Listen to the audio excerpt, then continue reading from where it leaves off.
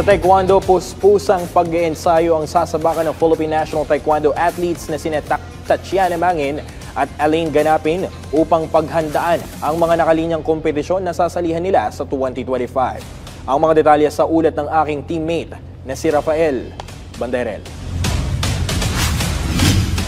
Kasunod ng masaganang 2024 para sa Pinay Junior Jin na si Tatiana Mangin, punti rin niyang ipagpatuloy ang pamamayagpag ng kanyang karera ngayong 2025. Kaya naman, 3 major international competitions ang minamataan ng 17 anyos na si Mangin.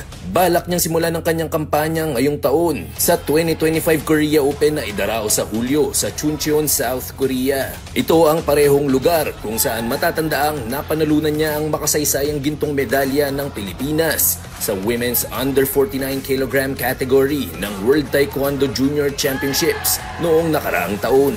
Sa Oktubre naman, puntirya ni Mangin ang ginpo sa International Taekwondo Federation o ITF World Taekwondo Championships na magaganap sa Pore, Croatia. Samantala, tatapusin ng University of Santo Tomas student athlete ang kanyang taon sa paglahok sa 33rd Southeast Asian Games na idarao sa Thailand sa Disyembre. Ang kagandahan po kasi is, ngayon po, nagtutulong-tulong po kami lahat mga athletes and coaches and sabay-sabay po kami nagtitrain. Kumbaga parang nag-aangatan po kami lang. Bis na parang may naiiwan, parang nahatak po namin isa't isa. Handa na rin siya umanong patunayan ang kanyang abilidad sa pagtungtong niya sa Seniors Division dahil sa Nobyembre, magdi-18 na si Tatiana. Samantala, nag-iisa lang ang punteriya ni Paris Paralympian Elaine Ganapin. Kasunod ng kanyang kampanya sa 2024 Paralympics, nais niyang lumahok sa World Taekwondo Championships.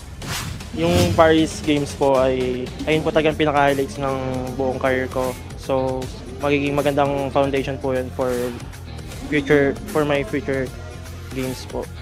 And sana po ay magtuloy-tuloy po yung aking magandang performance po.